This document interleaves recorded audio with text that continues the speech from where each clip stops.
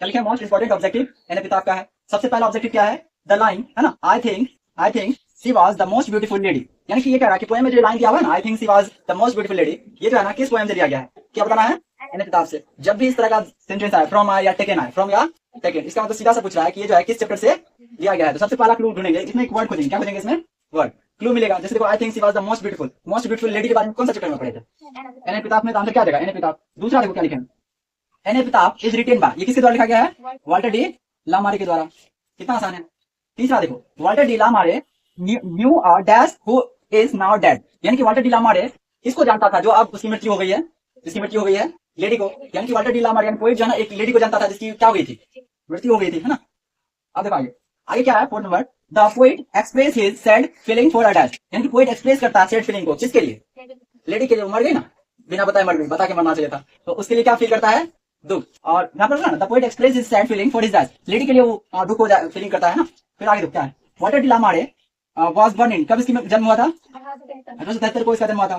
फिर लिखा Walter de लामारे died in, कब हुआ था, 1956। ये पता है ना, बर्न और डेड क्या होता है, जन्म और मरण, ठीक है। अच्छा ये बार बार वाल्टर डी लामारे आ रहा है, वाल्टर डी लामारे क्या है, ये पोएट है, बिल्कुल पोएट है।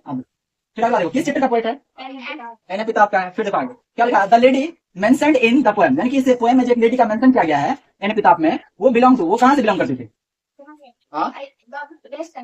द वेस्ट कंट्री, यानी कि वेस्ट कंट्री थी, वही की महिला थी, है ना।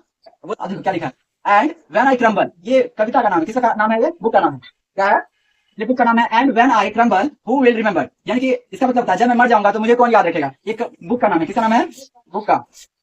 बोला इज रिटन बाय, बुक का नाम मतलब एक चैप्टर है, जैसे पोएम है ना एन किताब, वैसे ये भी एक चैप्टर है, उसके जो राइटर का नाम है, उसका नाम क्या है, Walter de la Mare, Walter de लामारे।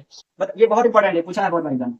And when I crumble who will remember is written by, किसके द्वारा, वाल्टर डी लामारे। फिर क्या लिखा है, light of step and heart was she, ये जो लाइन है ना, क्या लिखा है, इज टेकन फ्रॉम, जब भी टेकन फ्रॉम आए, समझना पूछ रहा है कि लाइन जो है कौन सा पोएम से लिया गया है, तो इसमें वर्ड ढूंढो, तो क्लू मिला, क्या मिला, लाइट ऑफ, ये चैप्टर बताया नहीं था, आगे देखते हैं। स्टेप एंड हर्ट, देखो हर्ट आया, फिल्ड विद हर्ट, है ना, दुख से भर गया, बेचारी नहीं बेचारा। तो ये तो लाइन है किसमें आया था, एन किताब में, ठीक है। उसके बाद है the poet thinks that, poet सोचता है, डैश इज नॉट एवरलास्टिंग, जो ना कौन जो है अंतिम समय तक नहीं रहता है, ड्यूटी रहता है क्या, अब तुम लोग अभी जैसे हो, बुरी हो जाएगी वैसे रहेंगे। आज जो तुम दूसरे के साथ करेंगे वही तुम्हारे साथ कल होने वाला है, इसलिए आज को क्या करना है, अच्छा से प्रिपरेशन करके रहना है, ताकि आने वाले समय मेरे साथ ऐसा नहीं हो, ठीक है। देखो फिर आगे क्या है, Walter de la Mare belong to a dash century, वो किस सेंचुरी से बिलोंग करता था, 20वीं शताब्दी का वो पोएम था, पोएट था, किस शताब्दी का पोएट था, 20वीं शताब्दी का। फिर क्या है, द पोएट फील्स दैट, यानी कि पोएट ना फील्स करता है, आफ्टर हिज डेथ, यानी कि जब उसकी मृत्यु हो गई, नोबडी विल, कोई उसको याद, कोई उसको डैश नहीं करता है, क्या नहीं करता है, रिमेंबर, यानी कोई उसको याद नहीं करता, मरने के बाद उसको कोई याद नहीं कर रहा। पहले जो चर्चा थी अब उसकी चर्चा समाप्त हो गई, मर गई बेचारी, ना। कोई भी दुनिया में मरता है ना, मात्र 10 से 15, जब तक उसका क्रियाक्रम चलता है तब तक लोग याद करता है, उसके बाद उसका नामों नहीं लेता है घर में, कोई भी डेट कर जाए, है ना, कितना क्लोज रिलेटिव हो, दोस्त हो, गहरा फ्रेंड हो क्यों ना, मरने के बाद मात्र 10 से 15 दिन याद होता है, उसके बाद उसको उसका कोई नाम नहीं लेता है ना, फैक्ट है।